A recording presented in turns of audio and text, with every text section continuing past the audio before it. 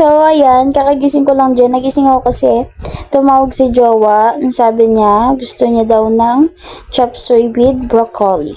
So, ayun, kahit antok pa tayo, laban na yan. Unat-unat lang ako dyan na para bang pwede pa akong tumangkad.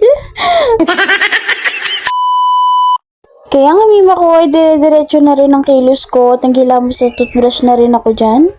Kailangan nga tumari para naman pagsabi ko nung pabili nga po ay hindi lumayo yung tindero sa akin. Ito nga pala Mare yung ginagamit kong sabon sa aking mukha at katawan. At kung gusto nyo rin yan Mare ay check out nyo na nga yan sa aking TikTok shop.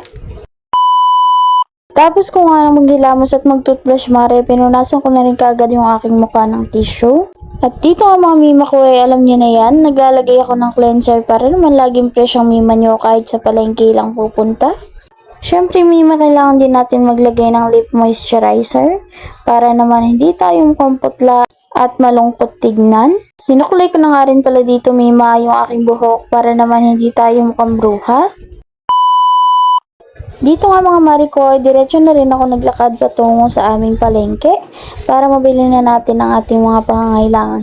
At mima, natuwa nga ako sa ating panahon dahil naman napakakalmado lang nito at hindi sobrang init. Napaka-presko lang niya kaya naman nag-enjoy akong maglakad-lakad. Hi guys! So yan, kakagaling ko ng palengke, nakabili na ako ng kakailangan nito sa pagluluto. So ano to, chop suey with broccoli. Nag-crave kasi si Jowa with tinapa. So ang tagal ko na hindi nakakain ito. Kaya nag-crave din ako, buti na lang na na-suggest siya ni Jowa na samahan mo ng tinapa. So yan. Bumili ako 5 pieces. Binili ko 60 pesos lang siya. Sarap. So tara, start na tayo magluto. Dito nga mga mima ko ay nagsimula na akong maghiwa-hiwa ng mga gulay at pangrikado. Pagtapos ganyan mga mima ko ay tinanggal ko na rin sa plastic itong chop suey. Hiniwa ko na rin itong atay at balunan na binili ko para pang sahog natin mamaya sa chop suey. Kapag ako nga ang nagluluto mima ko ay dinadamihan ko na talaga yung sibuyas dahil sabi ng mga espesyalista, wow espesyalista, nila kasi yung sibuyas daw is good daw yan sa ating health. So why not to try, diba? Dito nga mariko ay nugasan ko na lahat ng ating mga lulutuin. Nilipat ko nga lang dito sa malaki mariko para mas mahugasan natin ng maayos yan. Sinunod ko na nga rin dyan mga mima ko yung broccoli at yung corn. At pagkatapos niyan, hinugasan ko na rin itong atay at balon-balunan. Yun, ito na siya lahat. Dito mare, pinainit ko na nga rin itong kawali at nilagyan ko na rin yan ng mantika. At nung mainit na nga mare, nilagay na rin natin ang ating sibuyas at ginisa na natin yan. Medyo luto na nga siya mare ko ay sinunod ko na rin itong ating bawang. At nung okay na nga mga mima ko, hinalo ko lang yan ng kaunti at nilagay ko na rin itong atay. At mima, nung ganito na nga yung itsura niya, itinimplayan na rin natin yan ng paminta at ng konting asin. Pagkatapos nga yan mima ko, ay tinimplahan ko na rin to ng oyster sauce. Iniligay ko na nga rin dito yung mga gulay natin para maluto na rin siya.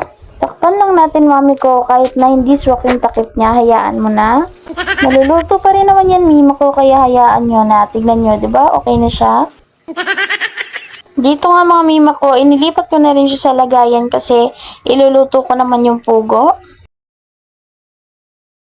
At habang naghihintay, tara't simulan na natin ang ating hugasin.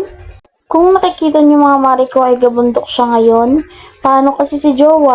Iniipon niya ba naman mare kasi sabi niya para daw may i-vlog ako. Hindi ko alam kung matutuwa ba ako o magagalit ako eh.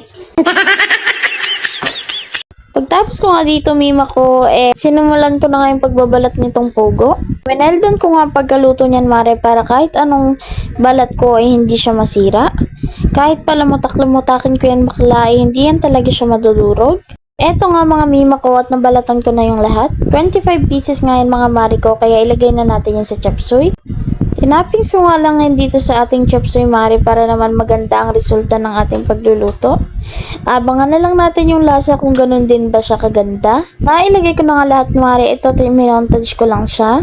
Tapos ganyan Mari, sinetop ko na rin tong mangga na nabili ko na 48 pesos lang dahil 110 lang kilo pero sobrang tamis niya. Niluto ko na nga rin pala dito Mima yung tinapa dahil parating na rin naman si Jowa. At ito na nga ang ating finished product! Kain tayo mga Mima!